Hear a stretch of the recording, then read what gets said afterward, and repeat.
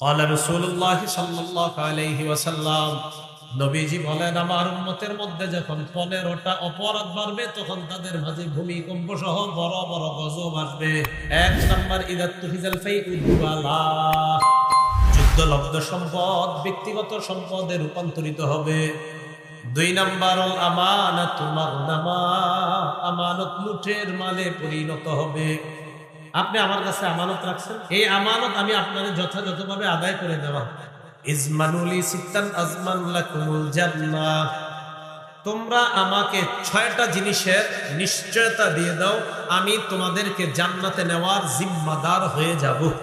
কথা হারায় ফেললেন না। কয় অপরাধে গজব আসতে পারে আমাদের উপর? 15টা। 15টার মধ্যে দ্বিতীয়টা হলো আমানত লুটের মালে পরিণত হবে। এখান থেকে আলোচনা বেশি অন্যদিকে। আমানত রাসূল বলেন 6টা জিনিসের নিশ্চয়তা দাও আমাদের। রাসূলুল্লাহ সাল্লাল্লাহু আলাইহি ওয়াসাল্লাম এই কথা বলার পর বলেন 1 নাম্বার ইসদুফু ইদা হাদাসতুম, যখন কথা বলবা সত্যি কথা বলবা। 2 নাম্বার আউফু ইদা ওয়াআদতুম, ওয়াদা করলে ওয়াদা রক্ষা করবা। 3 নাম্বার আদু ইজা তুমিনতুম, তোমাদের কাছে আমানত রাখা হলে আমানত যথাযথভাবে আদায় করবা। 4 নাম্বার উদ্দু আবসারাকুম, নজর হেফাজত করবা। 5 নাম্বার ইহফাজু ফুরুজাকুম, লজ্জাস্থান হেফাজত করবা।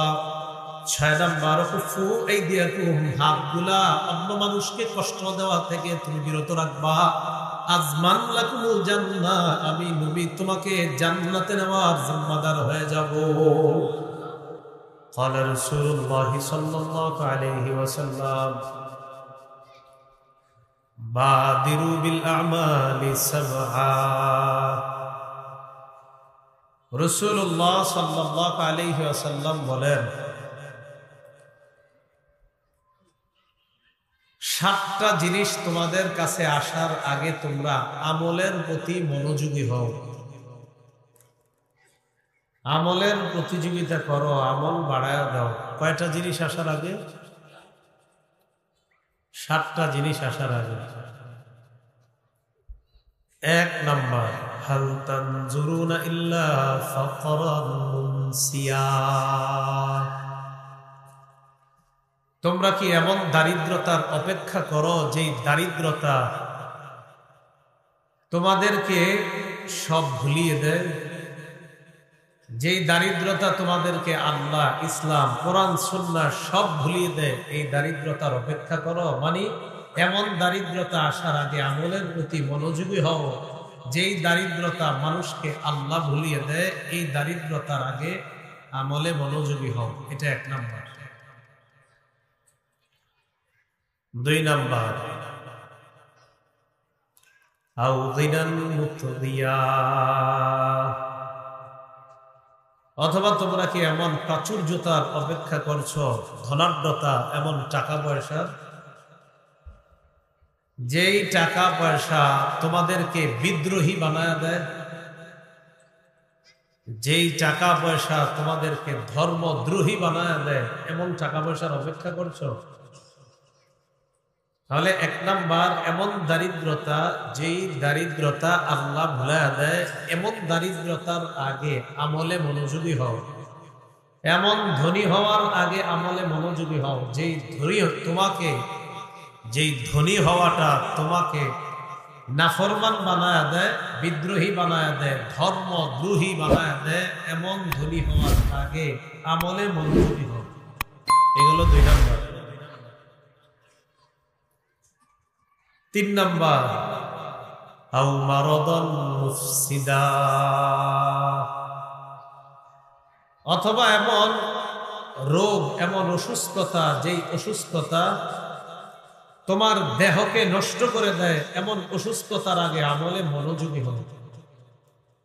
যে অসুস্থতা দেহকে নষ্ট করে দেয়, এমন অসুস্থতার আগে আমলে মনোযোগী হও। এটা হলো 3 নাম্বার। 4 নাম্বার আও হারামান মুফান্নিদা, অথবা তুমি বুড়া হওয়ার আগে, বার্ধক্যে পৌঁছার আগে আমলে মনোযোগী হও যেই বার্ধক্যতা তোমার জ্ঞান বুদ্ধি নষ্ট করে দেয়, যেই বয়স তোমার জ্ঞান বুদ্ধি নষ্ট করে দেয়, এমন বয়সে পৌঁছার আগে তুমি আমলে মনোযোগী হবে। 5 নাম্বার আও মাউতান মুজহিজা, এমন মরণ যে মরণ হঠাৎ এসে যায়। কিয়ামতের আলামত, হঠাৎ মৃত্যুর সংখ্যা বাড়বে। রাসূল বলেন যেই মরণ হঠাৎ এসে যায়, এই মরণের আগে আমলে মনোযোগী হও। মরণ আসলে আর আমল করতে পারবো না, শেষ। 6 নাম্বার আওয়াদ দাজ্জাল ফাশাররু গায়বিন ইউনতাজার, দাজ্জাল আসার আগে আমলে মনোযোগী হও। যেই দাজ্জাল ওই অনুপস্থিত বস্তুর মধ্যে সবচেয়ে নিকৃষ্ট জিনিস হলো দাজ্জাল। আমরা অনুপস্থিত যাদের অপেক্ষায় আছি, প্রবাসে যারা আছে তার অপেক্ষায় থাকি আমরা অপেক্ষায় আছি ইমাম মাহদী আসবে, আমরা অপেক্ষায় থাকি গজওয়াতুল হিন্দ হবে। তো রাসূল সাল্লাল্লাহু আলাইহি সাল্লাম বলেন যেই অনুপস্থিত বিষয়ের অপেক্ষা তোমরা করো, এর মধ্যে সবচেয়ে নিকৃষ্ট হলো দাজ্জাল। এই দাজ্জাল আসার আগে আমলে মনোযোগী হবে। 7 নাম্বার কিয়ামত, কিয়ামত আসার আগে আমলে মনোযোগী হও। ফাসসাআতু আদহা ওয়া আমার, কিয়ামত সবচেয়ে তিক্ত, সবচেয়ে হিবিশিকাময়, সবচেয়ে ভীতিকর জিনিস হলো কিয়ামত। এই কিয়ামত আসার আগে আমলে মনোযোগী হও। কয়টা হলো? রাসূলুল্লাহ সাল্লাল্লাহু আলাইহি সাল্লাম বলেন 7টা জিনিস তোমাদের জীবনে আসার আগে তোমরা আমলে মনোযোগী হও। মনিটরগুলো বন্ধ করে দাও। 7টা জিনিস আসার আগে তোমরা আমলে মনোযোগী হও। তাহলে 1 নাম্বার এমন দারিদ্রতা, যেই দারিদ্রতা আল্লাহ ভুলায় দেয়। 2 নাম্বার এমন টাকা পয়সা, যেই টাকা পয়সা আপনাকে ধর্মদ্রোহী বানায় দেয়।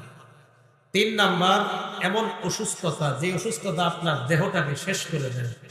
4 নাম্বার এমন বার্ধক্যতা, যে বার্ধক্য আপনার জ্ঞান বুদ্ধি সব ভুলায় দেয়, যখন আপনার মেধা আর কাজ করে না। 5 নাম্বার এমন মরণ, যে মরণ হঠাৎ এসে যায়। 6 নাম্বার দাজ্জাল। দাজ্জাল হলো আমরা যাদের অপেক্ষা করি, অনুপস্থিত এখনো যারা আছে, এর মধ্যে সবচেয়ে নিকৃষ্ট দাজ্জাল। 7 নাম্বার কিয়ামত। রাসূল বলেন কিয়ামত সবচেয়ে তিক্ত এবং সবচেয়ে ভয়ঙ্কর জিনিস হলো কিয়ামত। এই 7টা বিষয় তোমাদের জীবনে আসার আগে আমলে মনোযোগী হয়। তাহলে এর মধ্যে 7 নাম্বারটা কিয়ামত। 7 নাম্বারটা কি? কিয়ামত। আল্লাহ পাক রব্বুল আলামিন এটাই বলেন, ইযা জুলজিলাতিল আরদু জিলজালাহা। বেঈমানরা কয় কিয়ামত কবে হবে? কিয়ামত হয় না কেন? আল্লাহ সূরা নাজিল করে দিলেন, যেদিন প্রচন্ড কম্পনে জমিন কাঁপতে থাকবে, সেদিন সব ধ্বংস হয়ে যাবে, সেদিন কিয়ামত হয়ে যাবে। এটাই হলো কিয়ামত। সেদিন কিয়ামত ঘটেই যাবে। সহিহ বুখারীর বর্ণনা 1036 নম্বর হাদিস। قال رسول الله صلى الله عليه وسلم, নবীজি বলেন লা তাকুমুস সাআ, কিয়ামত হবে না হাত্তা ইউকবাজাল ইলম, ইলম উঠিয়ে না নেওয়ার আগ পর্যন্ত কিয়ামত হবে না। কিয়ামতের আগে ইলম উঠিয়ে নেওয়া হবে। কিয়ামতের আগে ইলম উঠিয়ে নেওয়া হবে। ইলম কিভাবে আল্লাহ উঠাবে কিয়ামতের আগে? এটা আবার বুখারীর 100 নম্বর হাদিসে আছে। قال رسول الله صلى الله عليه وسلم, নবীজি বলেন ইন্নাল্লাহা লা ইয়াকবিজুল ইলমা ইনতিজাআন ইয়ানতাজিউহু মিনাল ইবাদ। আল্লাহ বান্দার ছিনা থেকে ইলম একবারে ছিনিয়ে নিবে এমনটা হবে না। ওয়ালাকিন ইয়াকবিজুল ইলমা বিকবজিল উলামা, আলেমদেরকে উঠিয়ে নেওয়ার মাধ্যমে ইলম আল্লাহ উঠিয়ে নিবেন। ইলম আল্লাহ ছিনিয়ে নিবে এমনটা হবে না যে কারো সিনা থেকে এইভাবে টান মাইরা নিয়ে গেছে, এমন না। আলেমদের মৃত্যু হবে, ইলম উঠে যাবে। গত 2 বছর 3 বছর আমাদের দেশে আলেম মৃত্যুর হার কম না অনেক বেশি? অনেক বেশি। তো রাসূলুল্লাহ সাল্লাল্লাহু আলাইহি সাল্লাম বললেন, কিয়ামতের আলামতের মধ্যে একটা হলো হাত্তা ইউকবাজাল ইলম উঠিয়ে নেওয়ার আগ পর্যন্ত কিয়ামত হবে না। এমন একটা পরিস্থিতি সৃষ্টি হবে, হাত্তা ইযা লাম ইউতি আলিমা, যখন কোন আলেম খুঁজে পাবে না, ইত্তাখাযান নাসু রুউসান জুহালা, মানুষ জাহেলদেরকে নেতা বানায়। ধর্মীয় নেতারা আসলে জাহেলকে বসায় দিবে। ফাস্তাফতাউ ফাআফতাউ বিগাইরি ইলম, মানুষ জাহেলদেরকে একের পর এক প্রশ্ন করবে, আর জাহেল সাহেব একের পর এক উত্তর দিতেই থাকবে। প্রশ্ন করবে, কোন প্রশ্নে বলবেন আমি পারি না, আমি জানি না, সব প্রশ্ন পারে আর উত্তর দিতেই থাকবে। বিদ্যা ছাড়া উত্তর দিবে। ফাদাল্লু ওয়া আদাল্লু, তারা নিজেরাও পথভ্রষ্ট হবে, অন্যদেরকে পথভ্রষ্ট করবে। আল্লাহ আমাদেরকে হেফাজত করে। তো রাসূলুল্লাহ সাল্লাল্লাহু আলাইহি সাল্লাম বলেন, লা তাকুমুস সাআতু হাত্তা ইউকবাযাল ইলম, কিয়ামত সংঘটিত হবে না ইলম ছিনিয়ে না নেওয়া পর্যন্ত। সহিহ বুখারীর বর্ণনা, ৮০ নম্বর হাদিসের বর্ণনা, قال رسول الله صلى الله عليه وسلم, নবীজি বলেন, ইন্না মিন আশরাতিস সাআ আন ইউরফাআল ইলমু ওয়া ইয়াসবুতাল জাহলু, নবী বলেন কিয়ামতের আলামতের মধ্যে এটা একটা আলামত, ইলম উঠিয়ে নেওয়া হবে, মূর্খতা সমাজের মধ্যে প্রচার প্রসার লাভ করবে, মূর্খতা বেড়ে যাবে, বিদ্যা উঠে যাবে। ওয়া ইয়াজহারুজ জিনা, জিনা প্রকাশ্যে রূপ ধারণ করবে, প্রকাশ্যে জিনা হবে, প্রকাশ্যে জিনার রূপ ধারণ করবে। ওয়া ইউশরাবাল খামরু, মদ পান করা হবে।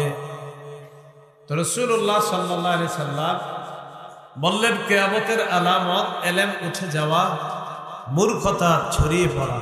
ইলম উঠে যাওয়া, মূর্খতা ছড়িয়ে পড়া, এটা হলো কিয়ামতের আলামত। তো আসেন বুখারীর ওই হাদিসটা পুরোটা শুনুন। 1036 নম্বর হাদিসে রাসূল বলেন, লা তাকুমুস সাআতু হাত্তা ইউকবাযাল ইলম, কিয়ামত সংঘটিত হবে না ইলম যতক্ষণ উঠিয়ে নেওয়া না হয়।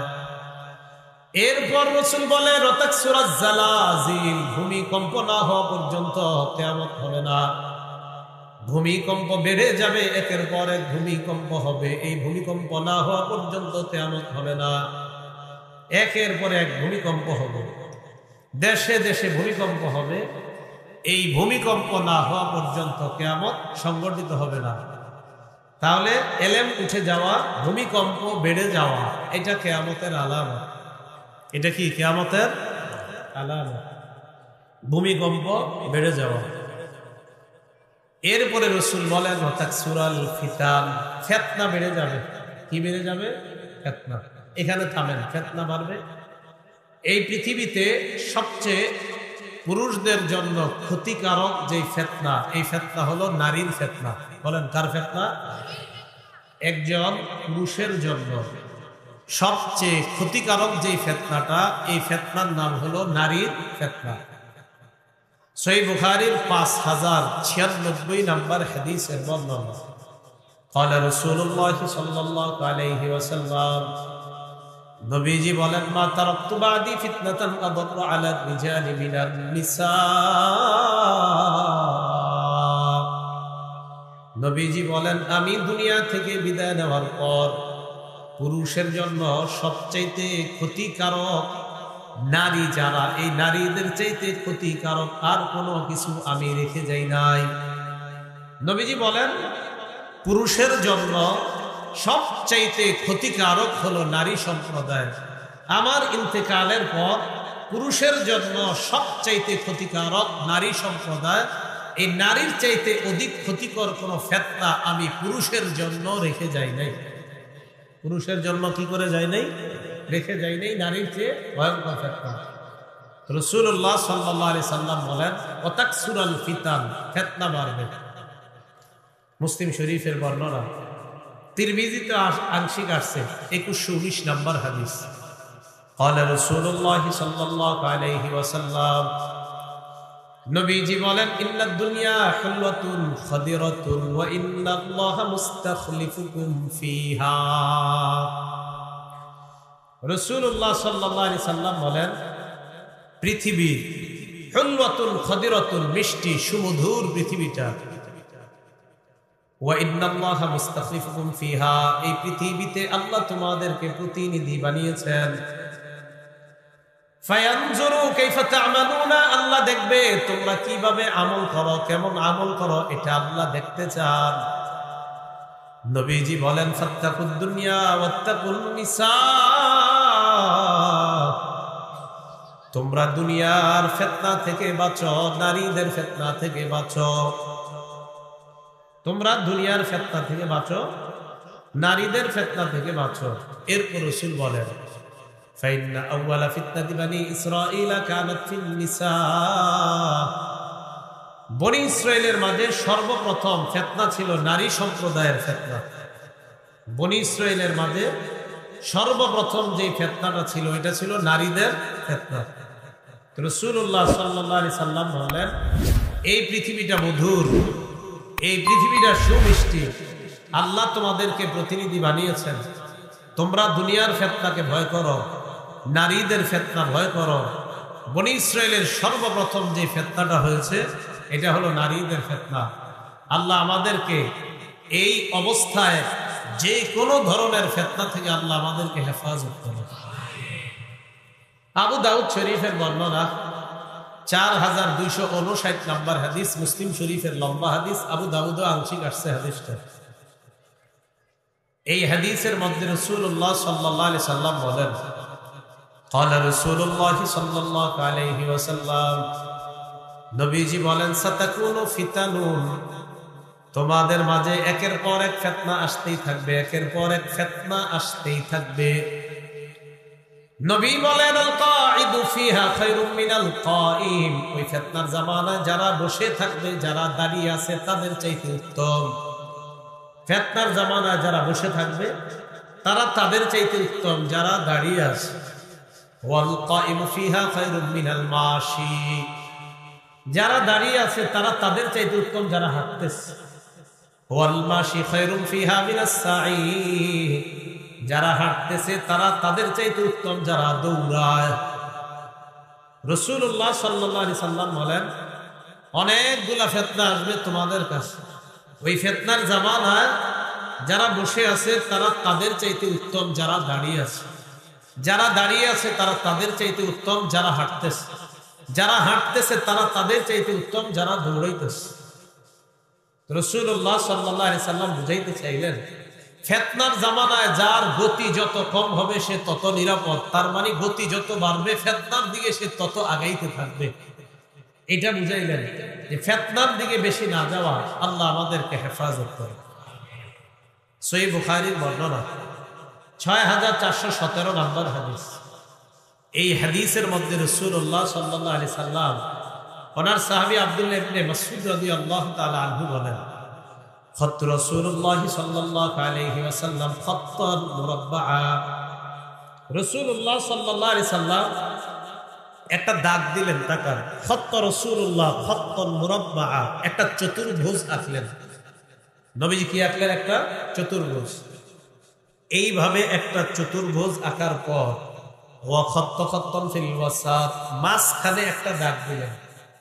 রাসূলুল্লাহ সাল্লাল্লাহু আলাইহি সাল্লাম একটা চতুর্ভুজ আঁকলেন, মাঝখানে একটা দাগ দিলেন। এই মাঝখানের যে দাগটা দিছে তাকান, খারিজা মিনহু, এটা চতুর্ভুজের বাহিরে। রাসূল একটা চতুর্ভুজ আঁকলেন, মাঝখানে একটা দাগ দিলেন, এই দাগটা চতুর্ভুজের বাহিরে। এতটুকু বুঝে আসছে সবার? দাগ দেওয়ার পর রাসূলুল্লাহ সাল্লাল্লাহু আলাইহি ওয়াসাল্লাম এই মাঝখানের দাগটার চারপাশে খুততান সিগারা, অনেকগুলা ছোট ছোট দাগ দিয়েছে। আবার বলছি, চতুর্ভুজ, মাঝখানে দাগ, পাশে ছোট্ট ছোট্ট দুই পাশে অনেকগুলা দাগ। তাহলে বলেন তো ছোট ছোট দাগগুলা কি চতুর্ভুজের বাহিরে না ভিতরে? আর লম্বা দাগটা এতটুকু বুঝে আসছে? আচ্ছা, তো রাসূলুল্লাহ সাল্লাল্লাহু আলাইহি সাল্লাম বলেন এই মাঝখানের যেই দাগটা, এটা দেখা বলেন হাদাল ইনসান,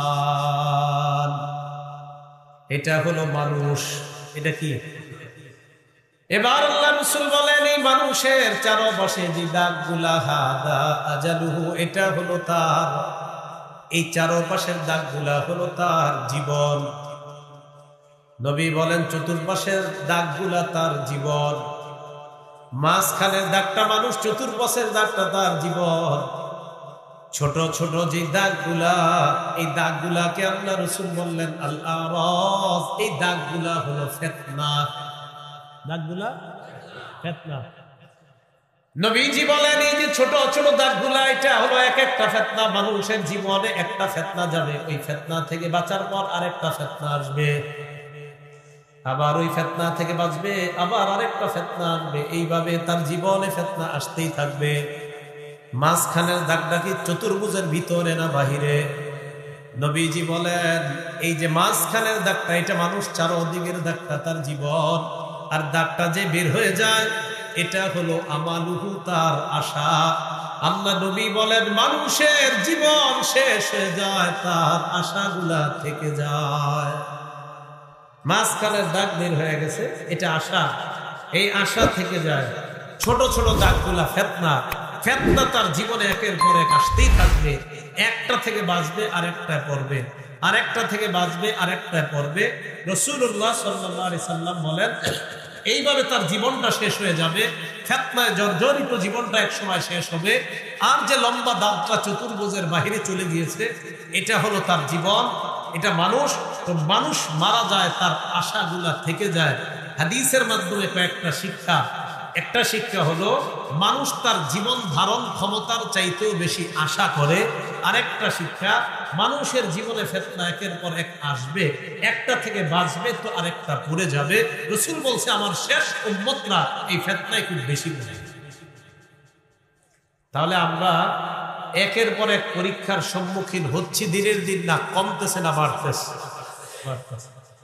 সেটা দলের নাম কম, দলগত বলেন, বিভিন্ন বস্তু বলেন, গুনাহের মাধ্যম বলেন, সেটা করোনা ভাইরাস বলেন, সেটা পরে এক বাড়ছে, একের পর এক আসতেছে। আল্লাহ আমাদেরকে হেফাজত করে। কোন হাদিস থেকে গেলাম? সহিহ বুখারীর 1036 নম্বর হাদিস থেকে আমরা ওয়াতাকসুরাল ফিতান, ফিতনা বাড়বে, এখান থেকে আমরা কয়েকটা হাদিস শুনলাম। তো রাসূলুল্লাহ সাল্লাল্লাহু আলাইহি ওয়াসাল্লাম বলেন ওয়ায়াতাকারাবাজ জামান, ওয়ায়াতাকারাবাজ জামান, সময় সংকুচিত হয়ে যাবে, মানুষ সময়ের মধ্যে বরকত পাবে না। আগের জামানার মানুষ ফজরের নামাজের পর হাঁটতে হাঁটতে অনেক দূর চলে যাইতো, আবার যোহরের আগে বাড়িতে আসতে পারতো। এখন ফজরের পর আপনি ওই পর্যন্ত যাইতেই লাগবে মাগরিব। নবীজি বলেন ওয়াতাকারাবাজ জামান, কিয়ামতের আগে সময় সংকুচিত হয়ে যাবে, সময়ের মাঝে মানুষ বরকত পাবে না। বরকত পাবে কিভাবে? ফেসবুকটা চালায় যখন বসবে, বলবে একটু পরে একটু পরে একটু পর, করতে করতে দেখা যায় 6 ঘন্টা চলে যায়, আসল কাজের কাজ হয় না। কি ঠিক? ঠিকটা কি? এটা নিয়ে বসে যে চিন্তা করে 2 মিনিট একটু ওই হাদিসটা দেখবো, তো এটা খুঁজতে গিয়ে ঢুকে আপনার বাস চলে যাচ্ছে, একের পর এক সময় চলে যাচ্ছে। বিবি খাইতে ডাকে, নাস্তায় ডাকে, পানিতে ডাকে, হযরতের কোনো খবর নেই। রাসূলুল্লাহ সাল্লাল্লাহু আলাইহি সাল্লাম বললেন সময় সংকুচিত হয়ে যাবে, সময়ের বরকত পাবে না মানুষ। তাহলে তাকসুরাজ জালাজিল, ভূমিকম্প বাড়বে। বলেন তো ভূমিকম্প একটা হবে না, অসংখ্য অগণিত হবে? অনেকগুলো হবে। জালা তাকসুরা বলছে ভূমিকম্প অনেক হবে, প্রচুর ভূমিকম্প হবে। খুব মনোযোগ সহকারে বুঝেন। ভূমিকম্প যে হবে, আসল ভূমিকম্পের মাধ্যমে কি হবে আমরা জানলাম। আসল ভূমিকম্প যখন হবে কিয়ামত হয়ে যাবে, বা সব শেষ, ফিনিশড। এই আসল ভূমিকম্পের আগে যে ভূমিকম্পগুলো হবে, এটা হলো কিয়ামতের আলামত। বলেন সবাই, কি কিয়ামতের? বুখারীর 1036 নম্বর হাদিসে যে রাসূল বলছে তাকসুরাজ জালাজিল, ভূমিকম্প বাড়তে থাকবে। এটা কি আসল ভূমিকম্প না কিয়ামতের আলামত? এটা আর আসল ভূমিকম্পে তো কি হয়ে যাবে? কিয়ামত হয়ে যাবে, সব শেষ হয়ে যাবে। আচ্ছা, হাদিসটা শেষ করি, পরে এই বিষয়টা আবার আলোচনা করতেছি। রাসূল বলেন ওয়াকসুরাল হারজু, খুন খারাপি বেড়ে যাবে। আপনাদের নদীর মধ্যে লাশ ভাসতে থাকবে, পাবেন বস্তার ভিতরে লাশ পাবেন, নাম পরিচয় নাই এমন পাবেন, পরিচয় আছে এমনও পাবেন, পরিচয়হীন লাশ এমনও পাবেন। হাত্তা ইয়াকসুরা ফীকুমুল মাল, সম্পদ এত বাড়বে, বাড়তে বাড়তে কারো কারো সম্পদ ফায়াফিদ, বাড়তে বাড়তে উপচে পড়বে, সে নিজেও জানবে না তার কি পরিমাণ সম্পদ। এই জাতীয় ধনী মানুষ আছেন। আচ্ছা, তাহলে আসলে আমাদের মূল আলোচনা যাই যে কিয়ামতের আগে ভূমিকম্প, আসল ভূমিকম্পে কিয়ামত হয়ে যাবে, এর আগে ভূমিকম্প হবে।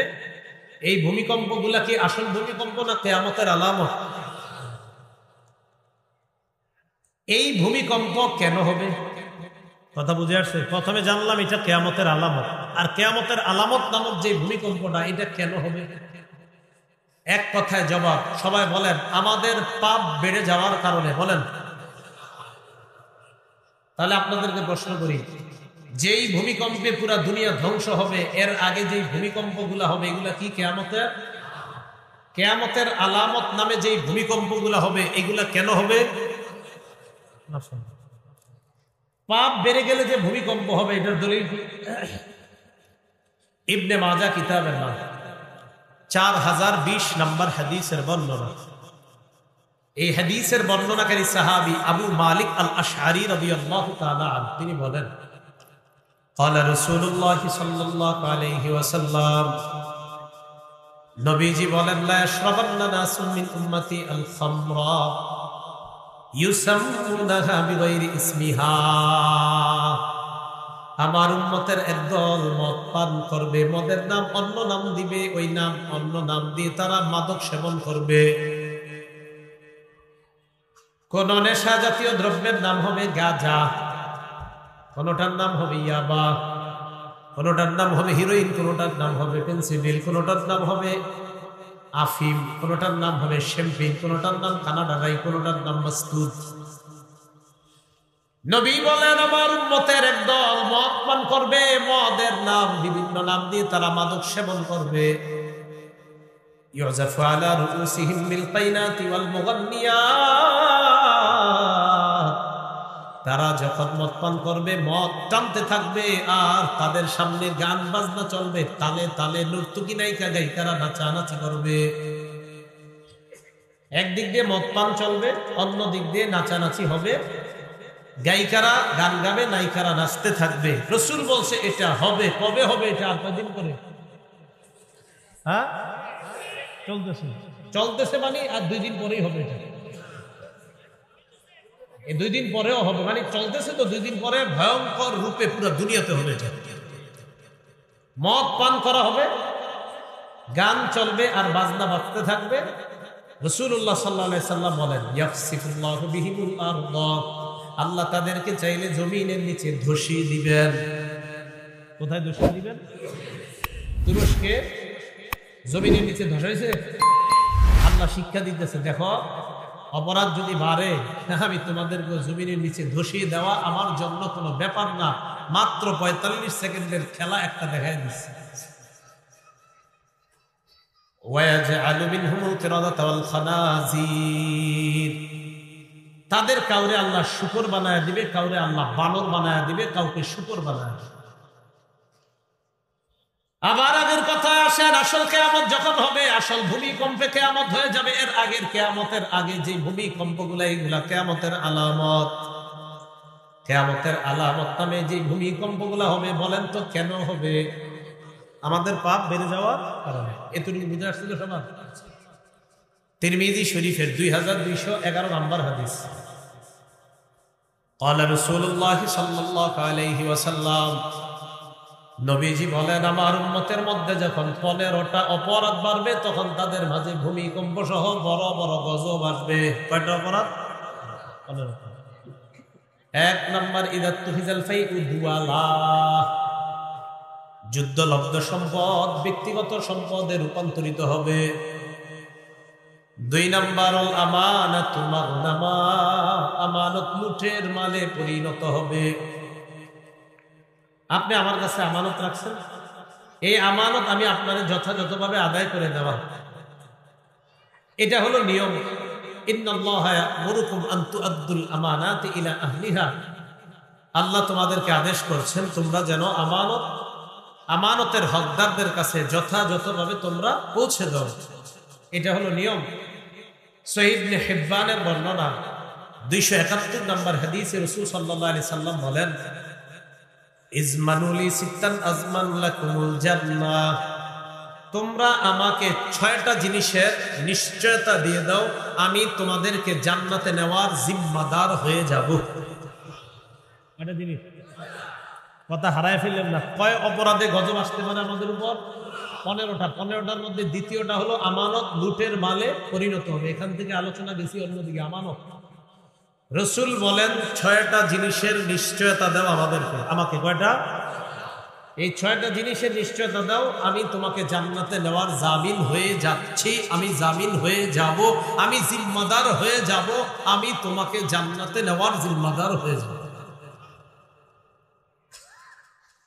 তো রাসূলুল্লাহ সাল্লাল্লাহু আলাইহি ওয়াসাল্লাম এই কথা বলার পর বলেন, 1 নাম্বার উসদুফু ইদা হাদাসতুম, যখন কথা বলবা সত্যি কথা বলবা। 2 নাম্বার আউফু ইদা ওয়া'আদতুম, ওয়াদা করলে ওয়াদা রক্ষা করবা। 3 নাম্বার আদ্দু ইজা তুমিনতুম, তোমাদের কাছে আমানত রাখা হলে আমানত যথাযথভাবে আদায় করবা। আমানত রাখা হলে আমানত যথাযথভাবে আদায় করবা। তাহলে 3 নাম্বারটা আদ্দু ইজা তুমিনতুম, তোমাদের কাছে আমানত রাখা হলে আমানত যথাযথভাবে আদায় করবা। 4 নাম্বার উদ্দু আবসারাকুম, নজর হেফাজত করবা। 5 নাম্বার ইহফাজু ফুরুজাকুম, লজ্জাস্থান হেফাজত করবা। 6 নাম্বার কুফু আইদিয়াকুম, হাতগুলা অন্য মানুষকে কষ্ট দেওয়া থেকে তুমি বিরত রাখবা। আজমান লাকুমুল জান্নাহ, আমি নবী তোমাকে জান্নাতে নেওয়ার জিম্মাদার হয়ে যাব। কয়টা? কথা বললে সত্য বলা। 2 নাম্বার ওয়াদা করলে রক্ষা করা। 3 নাম্বার আমানত যথাযথভাবে পৌঁছে দেওয়া। 4 নাম্বার নজর হেফাজত। 5 নাম্বার লজ্জাস্থান হেফাজত। 6 নাম্বার হাতগুলা কষ্ট দেওয়া থেকে রক্ষা করা, বাঁচিয়ে রাখা। এই 6টা জিনিসের জিম্মাদারি যদি নিশ্চয়তা দিতে পারি, ইয়া রাসূলুল্লাহ আমি নজর দিয়ে গুনাহ করি নাই, আমি লজ্জাস্থান দিয়ে গুনাহ করি নাই, আমি হাত দিয়ে কাউকে কষ্ট দেই নাই, আমি আমানতের খেয়ানত করি নাই, আমি ওয়াদা খেলাফ করি নাই, আমি কথা বললে মিথ্যা বলি নাই, রাসূল বলেন আমি তোমাকে জান্নাতে নেওয়ার জিম্মাদার হয়ে যাব। কয় অপরাধে গজব আসবে? 2 নাম্বার আমানতকে লুটের মালে পরিণত করা হবে। আপনি কারো কাছে আমানত রাখবেন, এই বেচারা আপনার আমানত তো দিবে না, উল্টা বলবে কিসের, কই কি পাও আমার কাছে। আপনাদের এই পুরান বাজার আশেপাশে 10টা গরিব ফ্যামিলি আছে। এই 10 গরিব ফ্যামিলিকে 10 বস্তা চাউল দেওয়ার জন্য আমাকে ঢাকা থেকে একটা সংস্থা পাঠাইছে। কয় বস্তা চাউল? কয়টা দরিদ্র ফ্যামিলি? 10টা। তাহলে প্রতি ফ্যামিলি কয় বস্তা করে পায়? 1 বস্তা। আমাকে যিনি দিয়েছেন এই 10 বস্তা দেওয়ার সময় বলছে, 10টা অসহায় পরিবারের আমানত তোমার কাছে দিয়ে দিলাম, 10টা অসহায় পরিবারকে এই 10 বস্তা চাউল তুমি দিয়ে দিবা। আমি এই এলাকায় এসে 10টা অসহায় পরিবারকে ইমাম পরিষদের উদ্যোগে আমি তাদেরকে মসজিদের সামনে জমা করছি। 10 পরিবার একত্রিত করার পর আমি কি করলাম, 2 বস্তা 10 ফ্যামিলিকে দিয়ে দিলাম। কয় বস্তা ছিল? কয় বস্তা দেওয়ার কথা ছিল? কয় বস্তা করে? 1 বস্তা করে। 10 ফ্যামিলি, প্রতি ফ্যামিলি কয় বস্তা পাবে? এখন কি করলো, 10 ফ্যামিলি পাইলো মোট কয় বস্তা? মাত্র মারলাম কয় বস্তা? আমানত লুটের মালে পরিণত করা হবে। 8 বস্তা আমি লুটতরাজ করছি, আমি চিটার, আমি বাটপার হিসাবে করলাম। এবার এটা সব জায়গায় ফিট করেন যে এই কাজ কোন জায়গায় হয়। এই 2 নাম্বার। 3 নাম্বার ওয়াজ যাকাতু মাগরামা, যাকাত জরিমানা যোগ্য অপরাধ মনে করবে মানুষ। আমার উপরে যাকাত ফরজ, আমি বলবো কেন আমার টাকা দিব আমি? আরে যাকাত ফরজ আপনি দিবেন না? না আমি দিব না, আমার টাকা কেন যাকাত দিব? আমি কি ঠেকা পড়ছি যাকাত দিব? 3 নাম্বার অসংখ্য অগণিত টাকাওয়ালা, আমাদের দেশের টাকাওয়ালারা যদি প্রতি বছর যাকাত দেয়, টাকাওয়ালারা শুধু যাকাতটা যদি দেয়, এই দেশে ইনশাআল্লাহ 10 বছর না 5 বছরও যদি নিয়মিত যাকাত দেওয়া হয়, দারিদ্রতার হার বুলেটের গতিতে কমতে থাকবে। সবাই যদি যাকাত দেয়, এটা হলো 3 নাম্বার। 4 নাম্বার ধর্ম বহির্ভূত শিক্ষার প্রচার প্রসার ঘটবে। ধর্ম বিবর্জিত শিক্ষার প্রচার প্রসার যে ঘটে, এ হলো 4 নাম্বার। 5 নাম্বার পুরুষ তার বিবির আনুগত্য করবে, বিবির পূজা করবে, বিবির কথায় উঠবে বসবে। 6 নাম্বার মায়ের নাফরমানি করবে। 5 নাম্বার বিবির কথা শুনবে, 6 নাম্বার মায়ের নাফরমানি করবে। 7 নাম্বার আদনা সদিকা, বন্ধুদেরকে কাছে টানবে। 8 নাম্বার আকসা আবা, বাবাকে দূরে ঠেলে দিবে। বন্ধুদেরকে বাসায় আনে, আসার পর বাসায় যখন তারা আসে বিশাল বড় পার্টির আয়োজন করে, রাতের বেলা 1টা, 1:30, 2টা পর্যন্ত গান বাদ্য করে, আর বন্ধুরা নাচানাচি করে।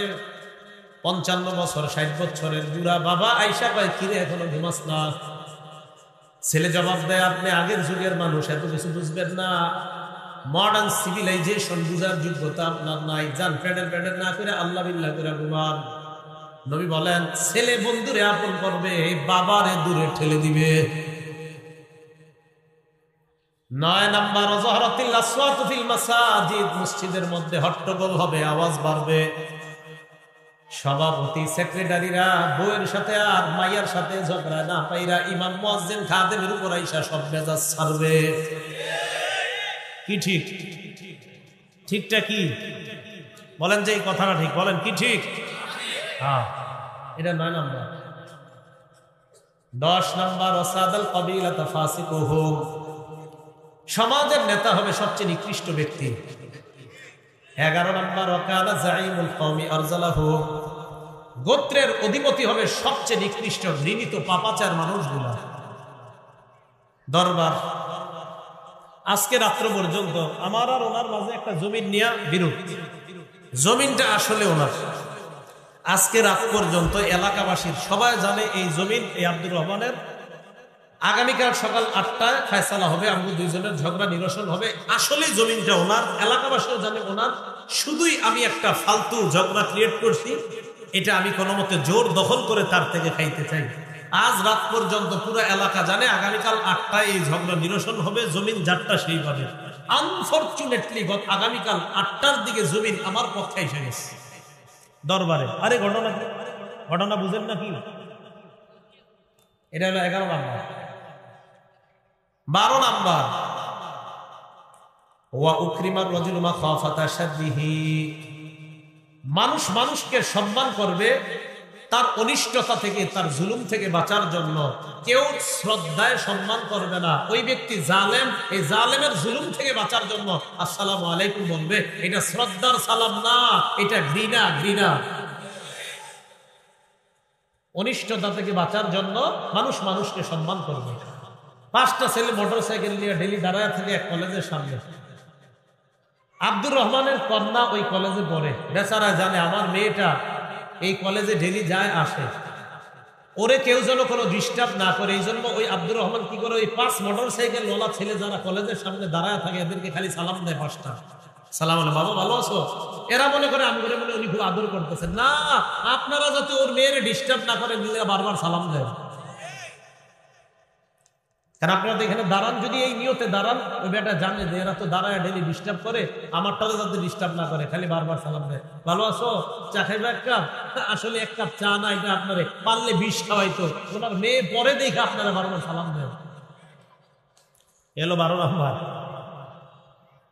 13 নাম্বার ওয়া যাহারাতিল কাইনাত ওয়াল মাআজিফ, ঢোল তবলা বাদ্যযন্ত্র আর গায়িকা বাড়তে থাকবে। বাদ্যযন্ত্র গায়িকা বাড়তে থাকবে। এখন তো আবার নতুন কথা, গান বাজনা হারাম, এটা হুজুরে কই পেয়েছে? আজীব দুনিয়াতে আছে। মানে এটাও বলার যোগ এসে গেছে, গান বাদ্য যে হারাম, এটা হুজুরে কই পেয়েছে?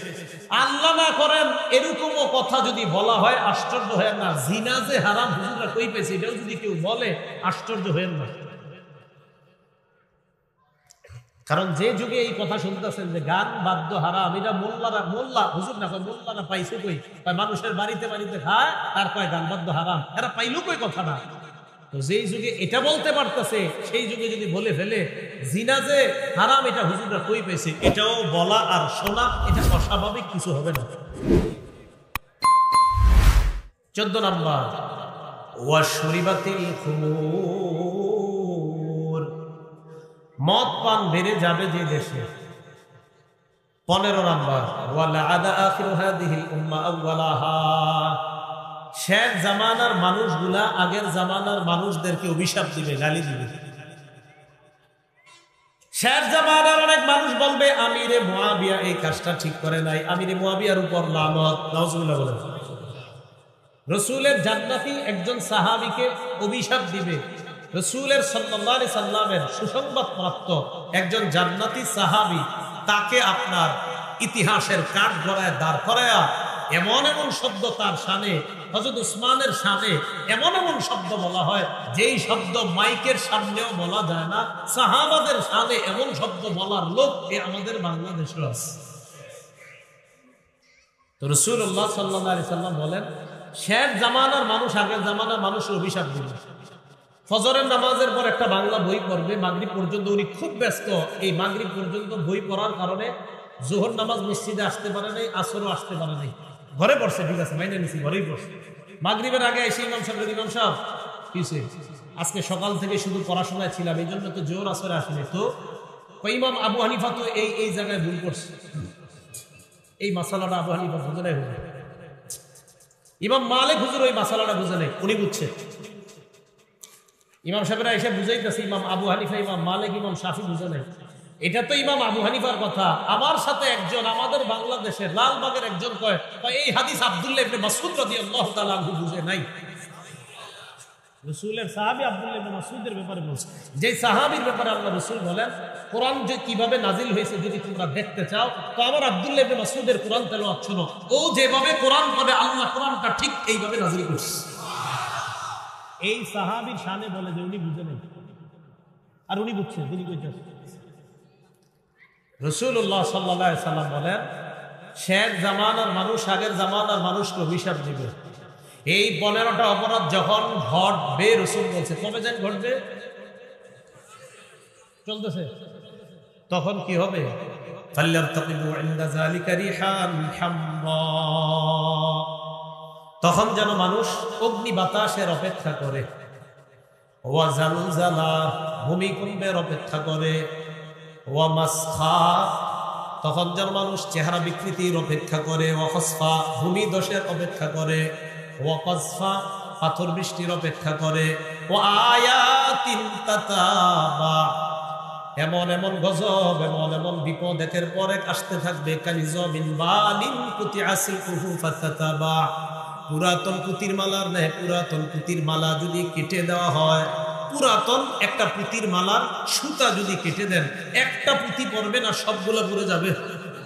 আল্লাহ নবী বলেন একের পর এক যেমন পুঁতি পড়তে থাকবে, তোমাদের উপর একের পর এক গজব, বালা, মুসিবত আর বিপদ আর পরীক্ষা আসতেই থাকবে।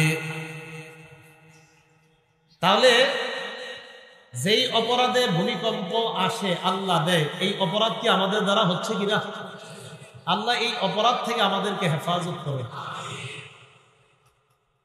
এবার আসেন, ইদা জুলজিলাতিল আরদু জিলজালাহা, এই সূরাটা প্রথম গেল যে এই সূরাটা কেন আল্লাহ নাজিল করলেন। তো আল্লাহ নাজিল করলেন এই কারণে যে ভূমিকম্পের মাধ্যমে কিয়ামত ঘটে যাবে, এটা হবে আসল ভূমিকম্প। এর আগে কিছু ভূমিকম্প হবে, এটা হলো কিয়ামতের আলামত। আর কিয়ামতের আলামত হিসেবে যে ভূমিকম্প, এটা কেন আসে? আমাদের গুনাহ। দ্বিতীয় কথা, এই সূরাটাকে সূরাতুল জামিআহ বলা হয়। বলেন কি বলা হয়? সূরাতুল জামিআহ। সূরাতুল জামিআহ কেন বলা হয়? সূরাতুল জামিআহ অর্থ হলো এটা এমন এক সূরা যেই সূরার মধ্যে দুনিয়া আর আখিরাতের সব বিষয়গুলা আল্লাহ সংক্ষিপ্তভাবে একত্রিত করে দিয়েছেন।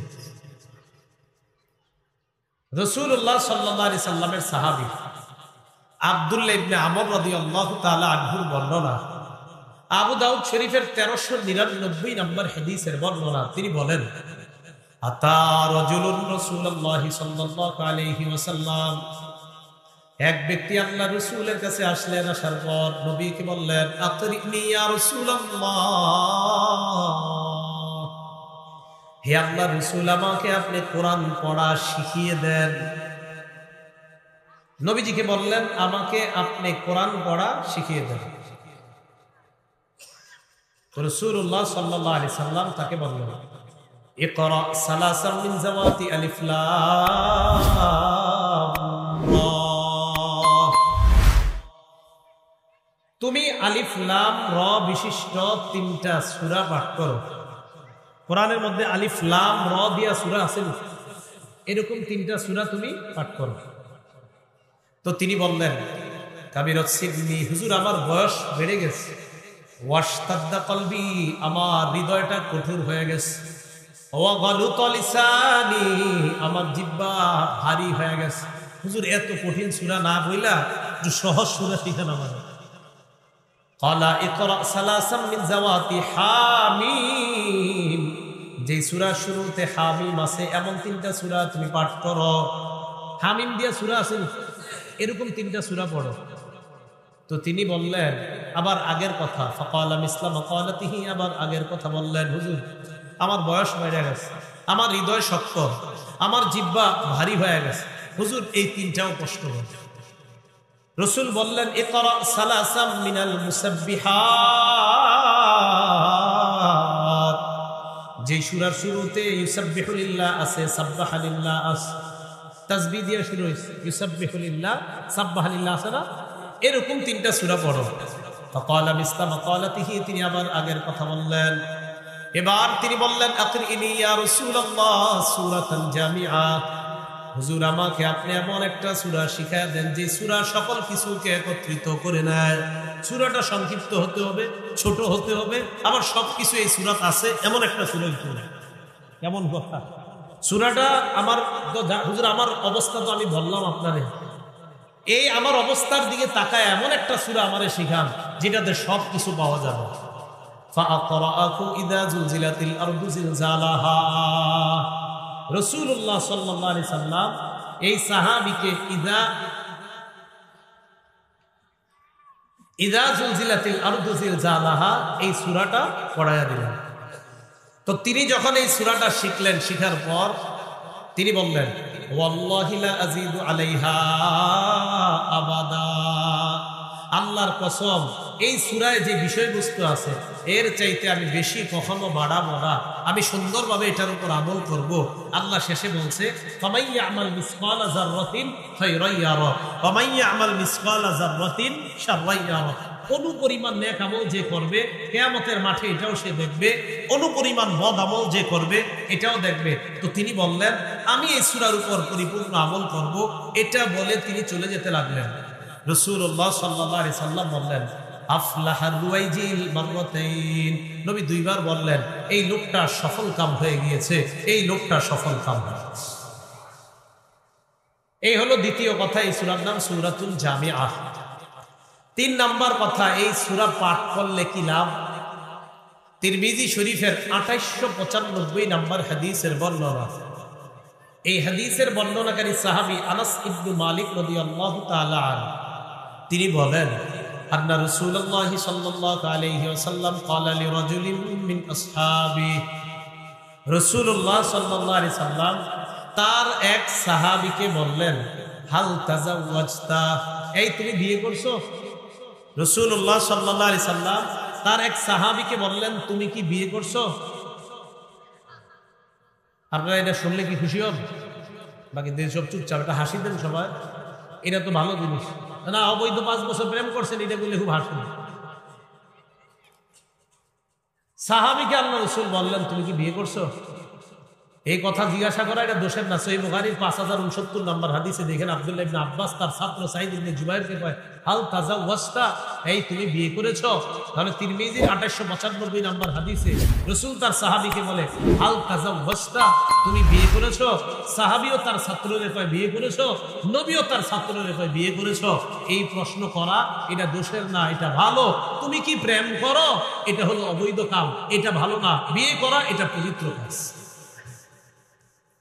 তো সাহাবী রাসূলকে জবাব দেয়, লা ওয়াল্লাহি ইয়া রাসূলুল্লাহ, হুজুর আমি বিয়ে করি নাই আল্লাহর কসম।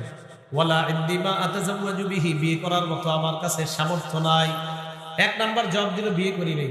দুই নাম্বার জবাব, বিয়ে করার মতো টাকা পয়সাও নাই। এই কথা বলার পর রাসূলুল্লাহ সাল্লাল্লাহু আলাইহি সাল্লাম বললেন, আলাইসা মাআকা কুল হুয়াল্লাহু আহাদ, তোমার কাছে কি কুল হুয়াল্লাহু আহাদ এই সূরাটা নাই? তুমি এটা পারো না? হয় বালা ইয়া রাসূলুল্লাহ, হুজুর এটা পারি। নবীজি বললেন, সুলুসুল কুরআন, এই তো তোমার কাছে কোরআনের 3 ভাগের 1 ভাগ আছে। তুমি পারো না কে কইছে? তোমার কাছে কিছু নাই কে বলছে? তুমি তো কোরআনের 3 ভাগের 1 ভাগ নিয়ে ঘুরতেছো। একবার কুল হুয়াল্লাহু আহাদ এই সূরাটা পড়লে আল্লাহ তো ওই বান্দার আমলনামায় কোরআন 3 ভাগের 1 ভাগ তেলাওয়াত করার সওয়াব আল্লাহ দিয়েছেন। আলাইসা মাআকা কুল ইয়া আইয়ুহাল কাফিরুন, তুমি কি কুল ইয়া আইয়ুহাল কাফিরুন সূরাটা পারো না? কয় জি হুজুর পারি। নবীজি বললেন, রুবুল কোরআন, এই তো কোরআনের 4 ভাগের 1 ভাগ আছে তোমার কাছে। কুল ইয়া আইয়ুহাল কাফিরুন একবার পড়লে আল্লাহ তাকে কোরআনের 4 ভাগের 1 ভাগ তেলাওয়াত করার সওয়াব দিয়েছেন। আলাইসা মাআকা ইযা জাআ নাসরুল্লাহি ওয়াল ফাত, তুমি কি ইযা জাআ নাসরুল্লাহি ওয়াল ফাত এই সূরাটা পারো? আছে তোমার কাছে? কয় এটাও পারি। নবী বললেন, রুবুল কোরআন, এটা পড়লেও কোরআনের 4 ভাগের 1 ভাগের সওয়াব হয়। এই তো কোরআনের 4 ভাগের 1 ভাগ তোমার কাছে আছে। এরপর আল্লাহ রাসূল বললেন, আলাইসা মাআকা ইযা জুলজিলাতিল আরদু জিলজালাহা, তোমার কাছে কি ইযা জুলজিলাতিল আরদু জিলজালাহা এই সূরাটা নাই? এটা কি তোমার কাছে নাই? সাহাবী জবাব দিলেন, বালা ইয়া রাসূলুল্লাহ, এই সূরাটা আমি পারি, এটাও আমার কাছে আছে। নবীজি বললেন, রুবুল কোরআন, এটাও 1 ভাগ তেলাওয়াত করলে তার আমলনামায় কোরআন 4 ভাগের 1 ভাগ তেলাওয়াত করার সওয়াব হয়ে যায়। ইযা জুলজিলাতিল আরদু জিলজালাহা, এটা একবার যদি কেউ পড়ে কোরআনের 4 ভাগের 1 ভাগ তেলাওয়াত করার সওয়াব। তাহলে 4 ভাগের 1 ভাগ তেলাওয়াত করার সওয়াব। এই হাদিসের চাইতে আরো মজবুত শক্তিশালী সনদে আরেকটা হাদিস আছে, তিরমিজি শরীফের 2893 নম্বর হাদিস।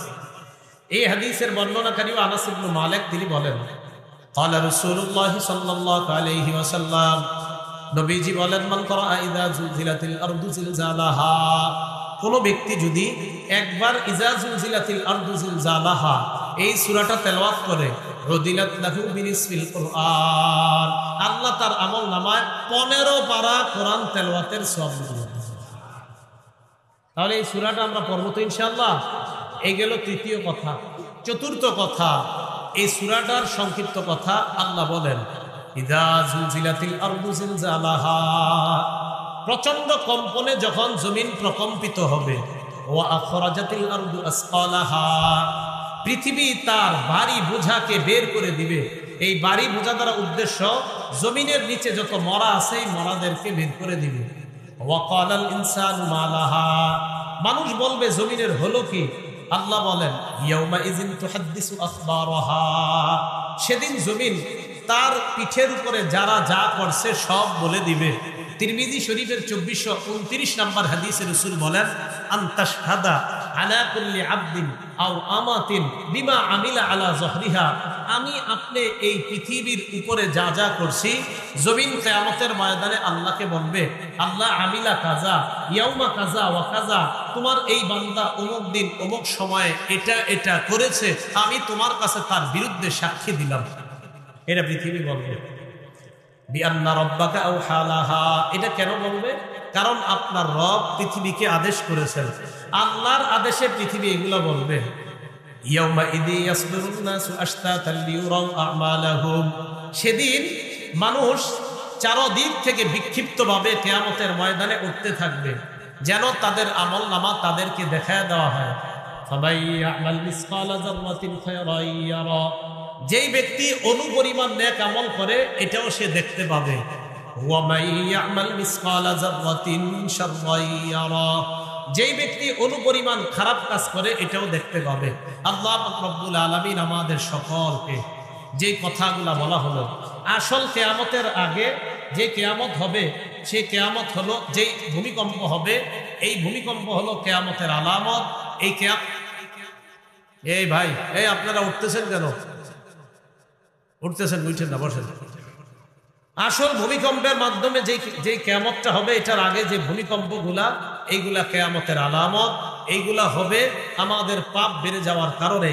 অতএব আমরা আমাদের এই পাপ থেকে যেন আমরা হেফাজত থেকে, আমরা সর্বশ্রেণীর সবাই যেন পাপ থেকে বেঁচে আমাদের এই দেশটাকে আমরা রক্ষা করতে পারি। আল্লাহর গজব থেকে যেন এই দেশ হেফাজত হয়ে যায়, আমরা আল্লাহর কাছে দোয়া করব। আল্লাহ আমাদের সকলকে সকল প্রকার পাপ থেকে বেঁচে থেকে আমরা যেন আল্লাহর গজব থেকে বেঁচে থাকতে পারি, আল্লাহ তৌফিক দান করেন। আমিন। ওয়া আখিরু দাওয়ানা আলহামদুলিল্লাহি রাব্বিল আলামিন। আসসালামু আলাইকুম ওয়া রাহমাতুল্লাহি ওয়া বারাকাতুহু।